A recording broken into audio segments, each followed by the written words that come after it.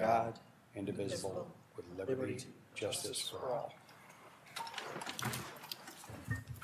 All right. Good evening, everybody. First item on the agenda is the approval of minutes from the June 24th meeting. Those should have went out earlier. Any additions or subtractions? Any motions? I move to approve the minutes. I'll second that motion. Properly moved and seconded. All of those in favor? Aye. Aye. Opposed, same side. Minutes are approved. Michelle, do we have any lobby visitation? No, we do not. All right, thank you. With that, we'll get into utilities director reports. Brian. All right, thank you very much. So today we are joined by 3 members from AMP Transmission, AMP-T for short. We'll let Pam Sullivan introduce everybody here, but we'll get a presentation from them about potential for purchasing some 69 kV transmission assets that the city owns. Hopefully explain to you what the benefits and benefits are for the city in this transaction. And if you have any questions for them, be happy to take any questions that they could help answer today. But I'm not asking for any approvals or direction from you at this point in time, but just to get it in front of you and give you some more details. I would expect that we'll be back another meeting or two and ask for approval to sign a contract once we have those negotiations worked out with Pam and her group. But we'll let Pam take from here. Thanks, Brian. Good evening, and thank you for the opportunity to be here to present to you. Beautiful facilities here, so thank you. I'm Pam Sullivan. I'm the president of AMP Transmission. And with me, next to me is Alex Henry. He's one of our project transmission planning engineers. And then David Wood, who is our senior vice president of transmission planning. So Alex is the one that ran all the models on your system. So he's going to do the bulk of this presentation, but I'm just going to give you a little background. Let's move on that. I'm going to steal your screen here, sorry. So AMP Transmission, or AMP-T, as Brian said, was formed back in 2018. It is a solely owned subsidiary of AMP. And really the reason we formed AMP Transmission is we had some of our members that were getting, some of their transmission assets were getting pulled into what's called bulk electric system. And so they were going to have some pretty stringent obligations and compliance issues, including having a 7x24 operations facility. So we were trying to figure out ways to help our members. So we went back to our roots, which are joint action. And we said, let's put together, form an organization or a company that can be a transmission owner. We can buy these assets from our members, take on that obligation at AMP, and then pay our members the net book value of those facilities. And then we can go and get cost recovery. Since these transmission assets are networked, it's not just the residents of Bowling Green that are using these facilities. It would be the whole transmission zone here, which is ATSI or First Energy. What we did was we went and actually got a rate approved by the Federal Energy Regulatory Commission that allows us to purchase and own transmission assets and build assets. We have 3 zones currently approved, which include First Energy or ATSI, AEP zone, which is more south of here, southern Ohio area, central Ohio. And then we also have a rate approved in the Dayton transmission zone, which is in the Dayton area to help our members in that area. The first assets we bought were actually from the city of Napoleon back in 2018. And then since then, we have assets in 14 of our member communities in all 3 of those transmission zones. As you're probably aware, we built the Bellard substation here for the benefit of Bowling Green, which went online in last year, I think, last May maybe. So I will move on here. So really, I mean, we're here to support our members. We want to make sure you have comparable service, that you have a reliable system. A number of our members have one interconnection with the outside world, and they've been trying for years to get a second interconnection. So we're able to go in and do that and build the second interconnection and then network those facilities to improve their reliability. And then, as I said, instead of just the residents of that community having to foot the cost of that, we're able to get the cost recovered through the entire zone. So the entire First Energy footprint would cover these costs. And so what we do is, as I said, we will pay the net book value for the assets. We pay our members that. Then we typically enter into an operating and maintenance agreement with the member community that they continue to operate and maintain those facilities, but then AMP reimburses the member or Bowling Green for their actual costs associated with that and any equipment they use or any materials that they may use as well. So we really work hand in hand with our members, make sure that we're addressing their reliability concerns, any economic development opportunities you may have that we need to increase the transmission capacity in the area. We work with you to do that as well. And then again, it's completely networked within the transmission zone and recovered throughout the entire zone. Any questions on that? I know it's a lot. All right, I'm gonna, I think, whoops. I'm going the wrong way here. Going to turn it over to Alex to go through your system and what we were proposing here. All right. Y'all feel free to stop me at any point if you have any questions. So this is an overview of the Bowling Green 69 kV system. The way we've broke it out is that turquoise color is going to be what we're looking at purchasing. The red is what we already own, and then the green is what would remain existing ownership today.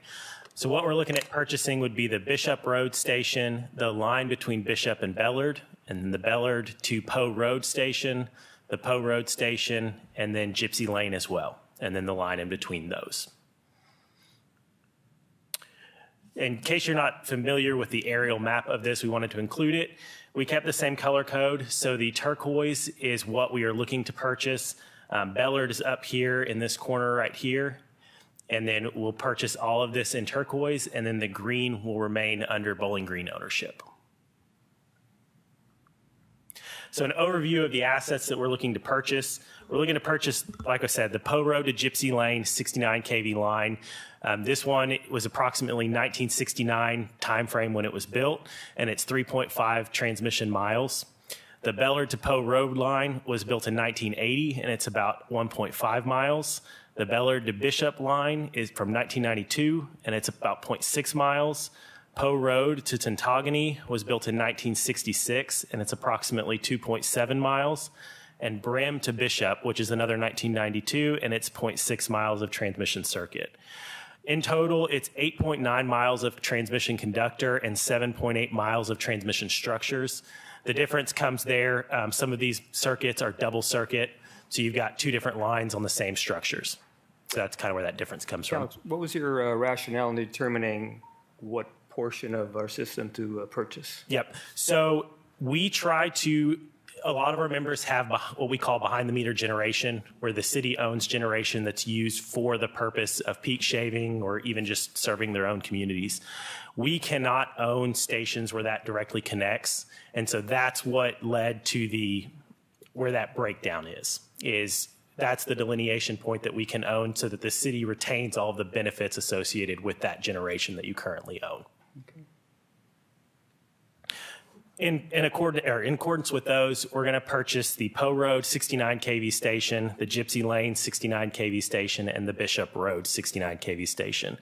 At those, we will only purchase the 69 kV assets. The distribution, 12 kV, those voltage levels will remain under the city's ownership. And I've got the dates for those as well. Poe Road is from 1965, Gypsy Lane 1970, and then Bishop 1993. And this last statement gets to what we had just talked about, the behind the meter assets and how we try to just ensure that the city gets to keep those benefits going forward.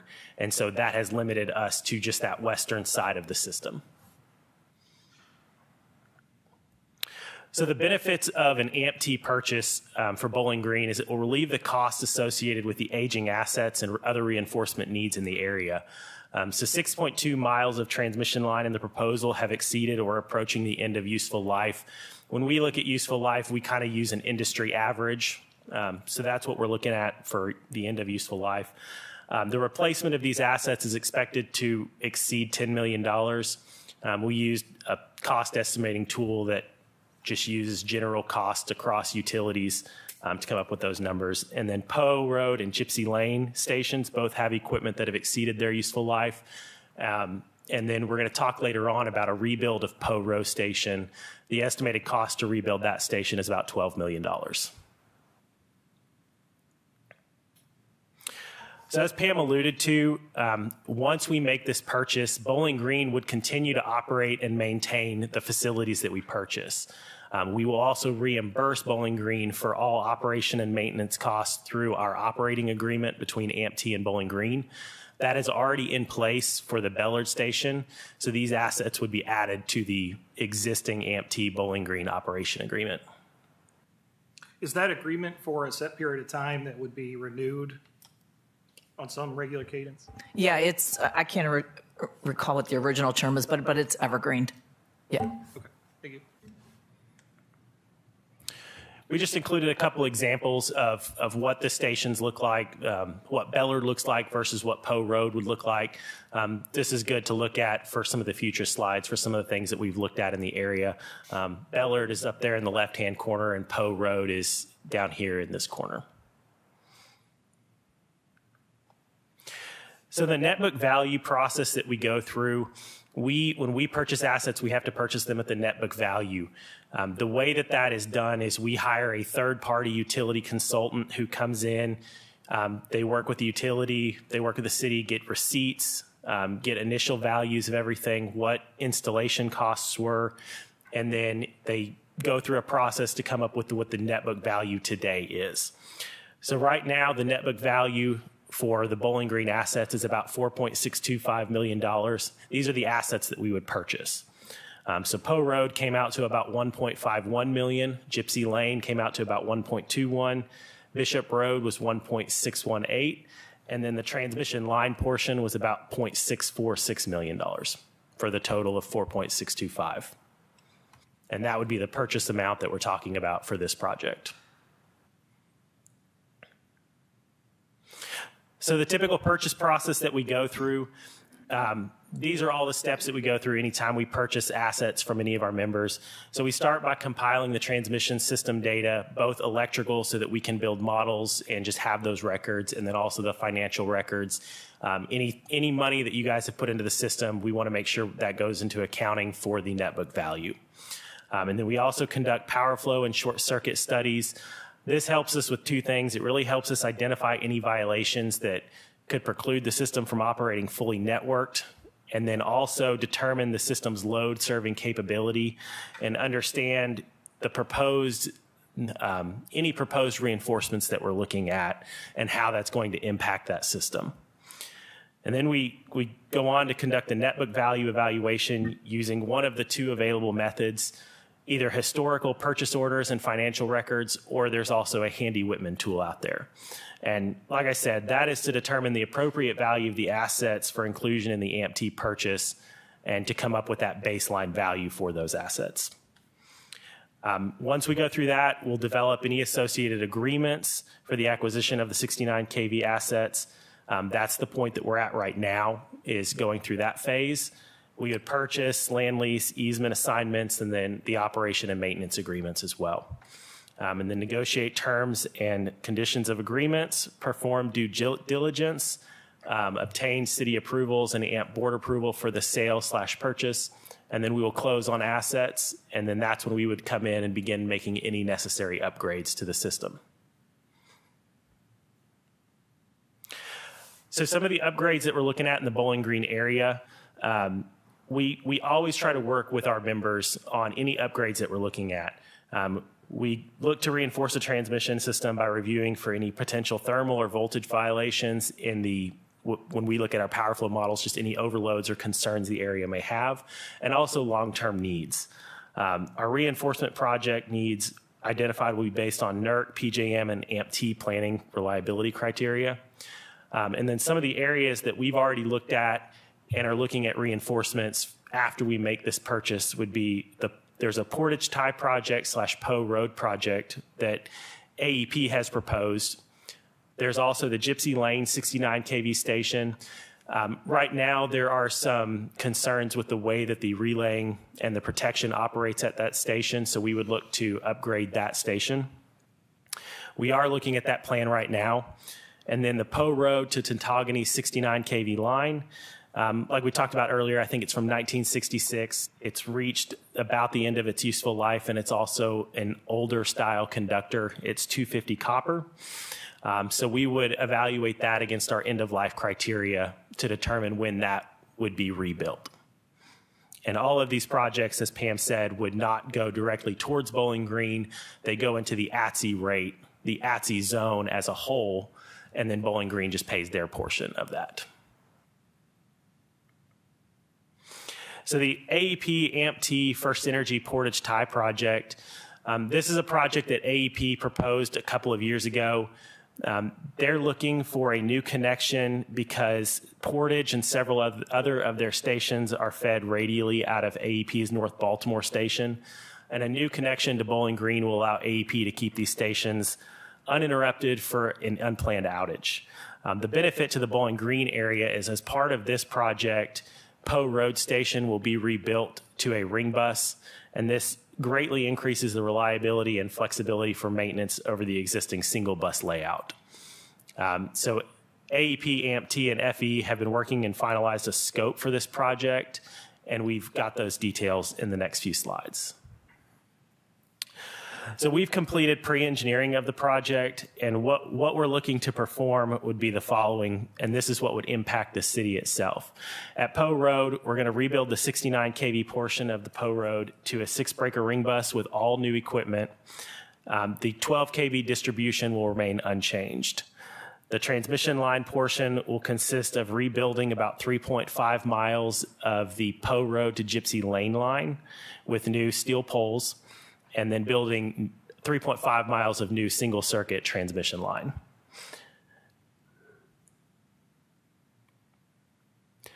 This is kind of an overview. It goes back to that initial drawing that we had. Really, the only change is going to be there will be a new line coming out of that Poe Road station going down to the south towards the AEP Portage area. Okay. That's all I've got. A question. Yep, go ahead. So you spent about 4.6 million to purchase existing assets. Yes. And then another 10 million or so to upgrade after that. I mean, do you guys do this because you're nice guys, or just there's something? What are you getting out of this?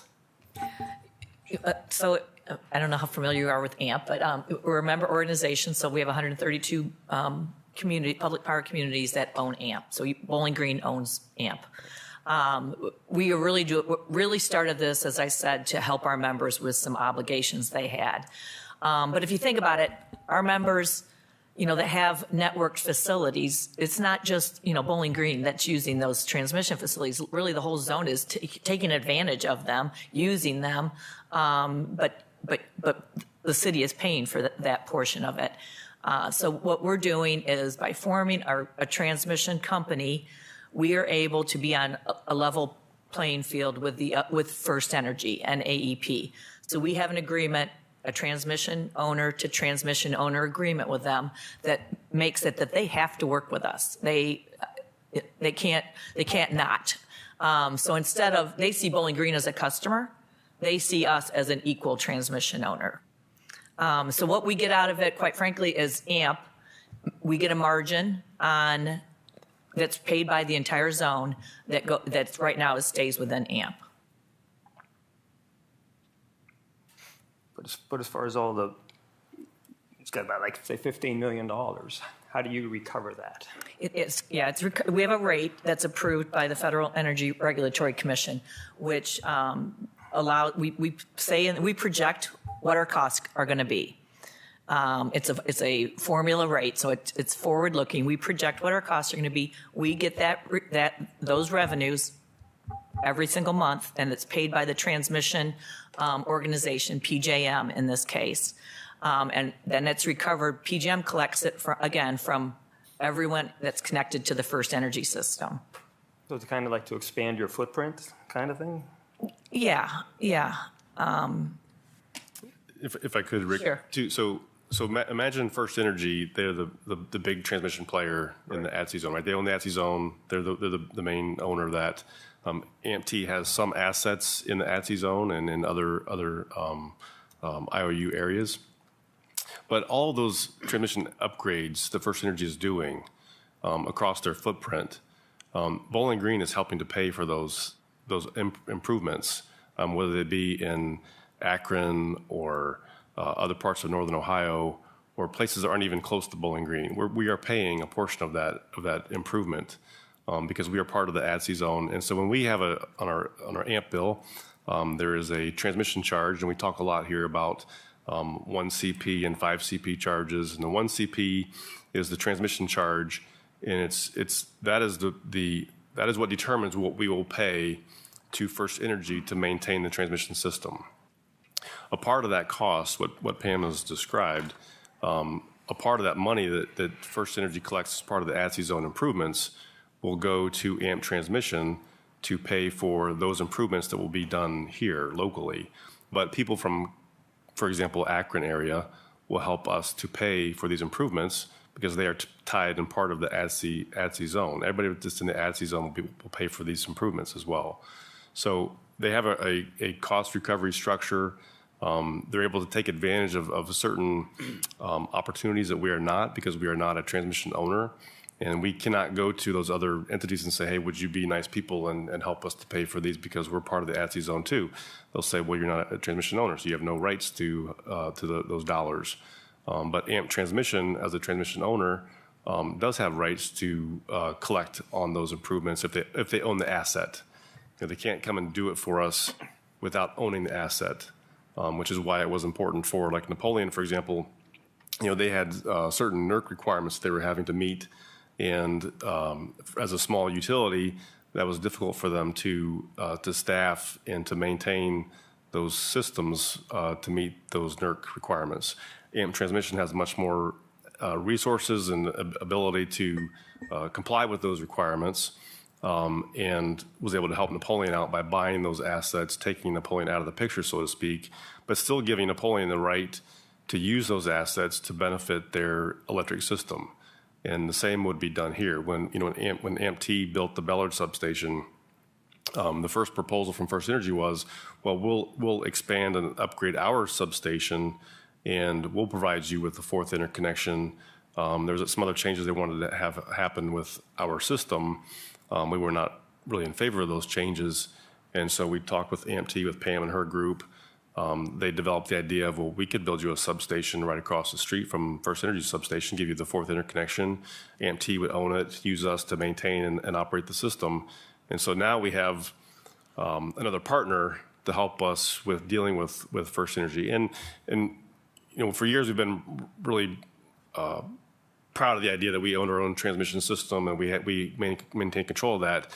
But in reality, First Energy really tells us when we can and can't do certain things within the system, because it could impact them, in other places. And so when we want to do maintenance, we still have to go to First Energy to get their approval to do certain things. We own it and we pay for all those projects and upgrades and improvements and the maintenance of it, but we don't. The only people that we recover money from is from our customers locally. They are able to recover money from a much larger area, and that's where those dollars will come from.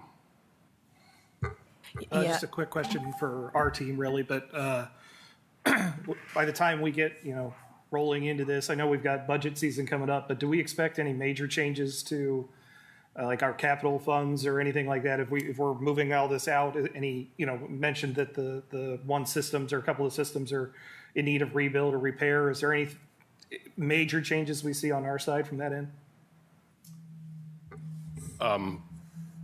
Well, if they're not rebuilt at some point by AMP Transmission, then we're going to rebuild them. No, I guess what I mean is there any money that we, in general, kind of had earmarked for future projects there that aren't necessarily going to be in our camp anymore? So we had planned to rebuild some 69 kV lines down on Gypsy Lane, I think. I'm not sure if it was this entire area. But those were assets that were not part of this purchase, I believe. Is that correct, John? So we still have major changes anyway we would anticipate. No, and all all the 69 to 12.5 transformers that are in the substations, all of the some of the equipment inside the substations themselves, the switchgear, that'll still be ours to maintain. In the improvements that Alex, mentioned earlier, that some at the Poe sub and at the Gypsy Lane sub to improve reliability for us, those are projects again that we would have to fund 100% ourselves to make those improvements, whereas they can do it and get recovery from the ATSI zone. They're really great opportunities for us to improve how our substations, operate and function, and reliability improvements. I think, Jim, you had a note there about how much we were in ATSI zone. Yeah, I thought originally it was 1.7, but it was under 1%. So of the total load in the ATSI zone, Bowling Green is just under 1% of that load. So that's our portion of cost that we pay for any transmission project in ATSI zone. So we would be getting all these improvements made that directly affect us, and we would only be paying less than 1% of the cost for those improvements. All right, thank you. Any other comments, questions? If not, thank you. Appreciate your time. Thank you, appreciate it. Thanks, Pam, Alex, David, thanks for coming in today. Appreciate it. Yeah, I'm sure there'll be more questions that will be coming to your mind later on. Go ahead, Brad. Can we have that presentation emailed to us? Yeah, totally. We'll get that out to you today. Got it. Yep, thanks.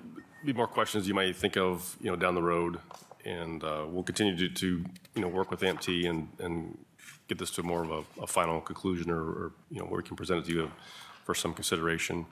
But yeah, if you have questions, feel free to shoot them to us. Happy to get responses. But our next item is we're going to talk about Aclara One software as a service. And right now, we've been using Aclara for our meter reading system now for many years. We have a TWAX power line carrier system where data is transmitted to our metering software and servers here at this building over the power lines. That includes electric and water meters. We've also implemented an RF system, or a wireless read system, for both water and electric. That is working well. One area we are having difficulty in right now is our on-premise server is at the end of its life, and it's also, we experience problems from time to time where it doesn't record the electric or water meter data correctly, and then staff has to go in and manually put in that information into the system. That defeats the purpose of an automated meter reading system. It takes up staff time, introduces potential human error, and we need to make a decision at some point or pretty soon on how to improve the system. So we did. Utility business office, electric staff, IT staff, we reviewed options with Aclara, and we're recommending to go to a software as a service option instead of an on-premise server. We did bullet point, and Jackie helped put a lot of this information together, so I appreciate her input on this. We did give you several bullet points on the benefits of a software as a service solution versus having an on-site hosted server solution. We think this will relieve and resolve a lot of issues we have with hosting it locally and with updates, upgrades, maintaining the system ourselves, and the staff time that's needed for that. We had $142,000 in the budget for this year. The estimate that we had from Aclara to convert from an on-premise server to a in the cloud, so to speak, server system or a software as a service was $80,000, and then an annual cost going forward of around $60,000. Right now, we pay around $43,000 roughly for our current on-premise server. So a slight increase when it comes to the annual fee, but we believe we'll see much higher benefits, much better benefits by going to the cloud-based system or cloud solution. Again, not just from having to deal with it here locally on premise, but from a cybersecurity standpoint. These systems they're on secure data centers that are backed up and with mirrored data. secured logins where only our staff has access to get the information that's needed. So overall, we think this is a better long-term solution. Be happy to, Jackie has any thoughts she would like to add, I'd be happy to have you do that now. But if you have any questions, be happy to take those now. Any questions? Sir Chair, Yes. I'd like to make a motion to approve Resolution 082024-01, authorizing the Utilities Director to enter into a contract with Eclair for software and professional services. Second? Properly moved and seconded. Is there any discussion? If not, Michelle, would you call the roll? Newlove? Yes. Jesse? Yes. Wagner? Yes. Hogan? Yes. Suzik? Yes. Motion is approved. Nice. Great, thank you very much. The next item is a request for an accommodation sanitary sewer service agreement. There is a property owner who has about 21 acres out on Sand Ridge Road, just southwest side of town. He intends to develop 6 residential lots on this property. And I think one of the lots has been split off and sold at this time. I'm guessing the other 5 would happen whenever he gets buyers for those lots. We did give you an aerial map and a rough sketch of what this might look like for an accommodation sewer service. Essentially, what it means is that the permanent gravity sewer that the city would have constructed at some point, or a developer would construct, is roughly a little over 5,000 feet away. It's got to go to the west down Sand Ridge Road and then north on Mitchell Road to tie into the sewer that's up there by the Stonebrook subdivision. There is a gravity sewer that's just east of this property, but because of the elevations of the sewer and the fall of the ground, the grade going west as it falls away, that sewer cannot be extended any further to the west. So it can't serve them on a permanent basis, but it could serve them on a temporary basis, and that's where these accommodation agreements really come into play. We have a couple of these in other parts of the city where a permanent sewer was cost prohibitive for a developer or for a single home, but a temporary arrangement that would allow them to build their project and provide sewer service to the properties can be a viable option.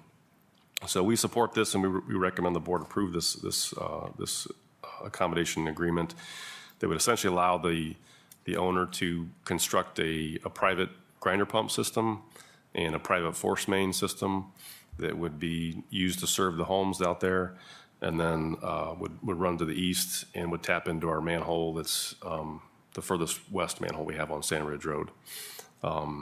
The agreement is a draft agreement that's in your packet as well. This is pretty standard what we've done in the past with other owners that have wanted a accommodation sewer service from us. And essentially what it says is that they have the right to install this private system that, again, that they will own and maintain. We will not own or maintain that system for them.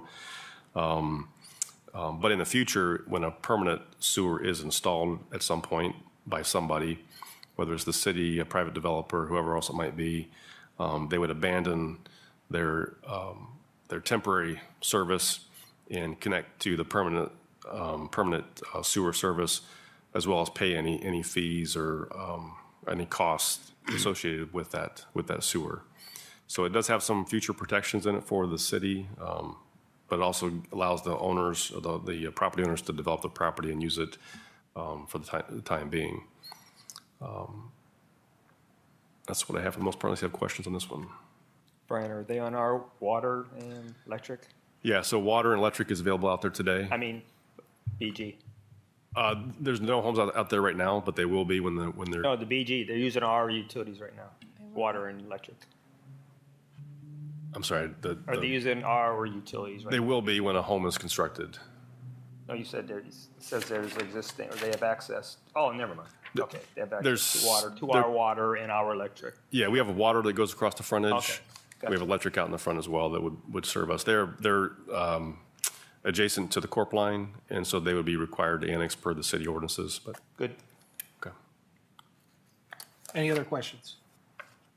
Any motions? Mr. Chair, Yes, ma'am. I move we approve Resolution 08-2024-02, authorizing an accommodation sanitary sewer service agreement. Second. Properly moved and seconded. Any other discussion? If not, Michelle, would you call the roll? Zuzik, Yes. Pogan, Yes. Wagner, Yes. Jesse, Yes. Newlove. Yes. Motion is approved. Great, thank you so much. That is all I have, unless you have other questions for me. No? Thank you, Brian. Okay, thank you. All right. Let's get into manager reports. Assistant Utilities Director, Jim. I've been working with the staff and superintendents in all departments to make sure that they're fully staffed. We've had several job openings, so we're reviewing resumes and interviewing and hiring new employees in every department. So also been working on several projects. Of course, Abbott, we have RFQs back to review for the electric system study and the relay replacements that you approved not too long ago. Working to get Carter Park out for bid. Working to get the North Distribution Circuit out for bid as well. And also both treatment plants have projects that we are looking to get bid here in the next few months. So. Thank you. Electric, John.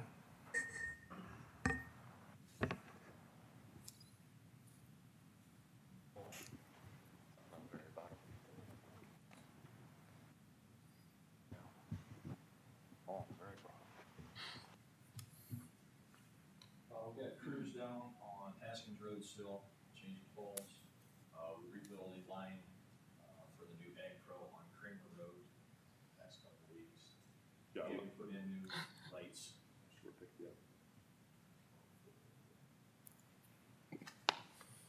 Put new lights down for the trees on Main Street. All right, thank you. Water. Forgiven. Where am I at? Water distribution? Maybe? There we go. Got him.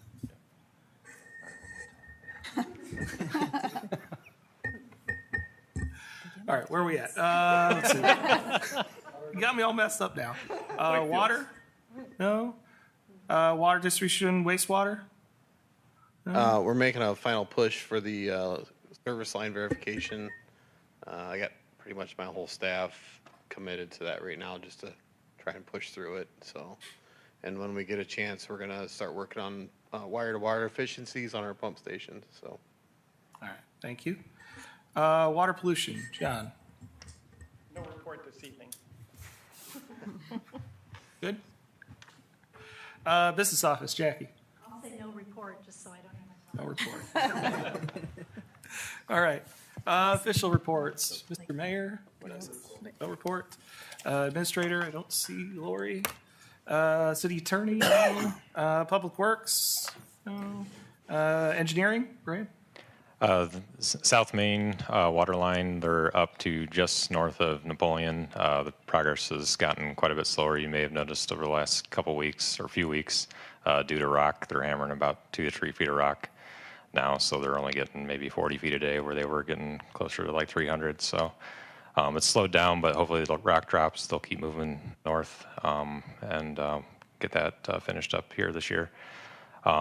Village water line, all the water line is in. They're working on curbs now, so they got all the curb on the north side of Jefferson done.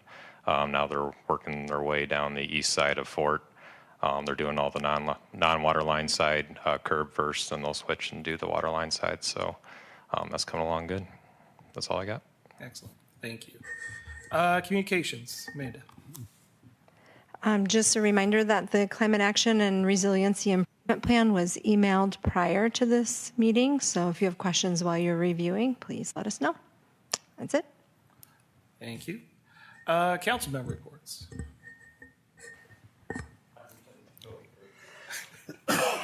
Greetings.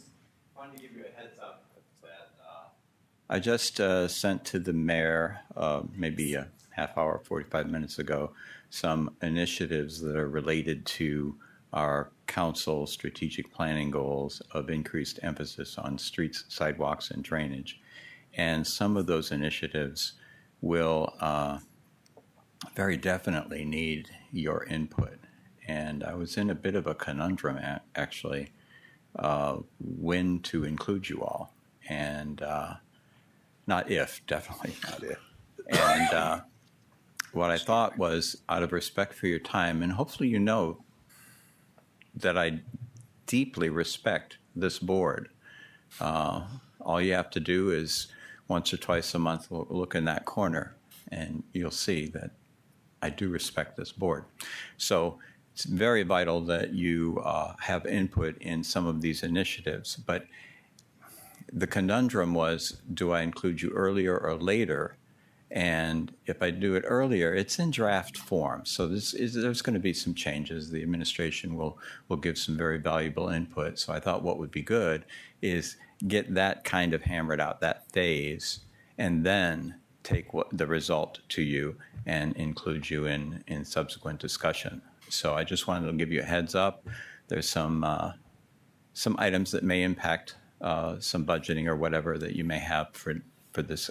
Probably not this year because the changes will take time, but I just wanted to let you know that I respect and need your input in this, and I'm holding off until we get a little further along, and then definitely we'll bring it to you.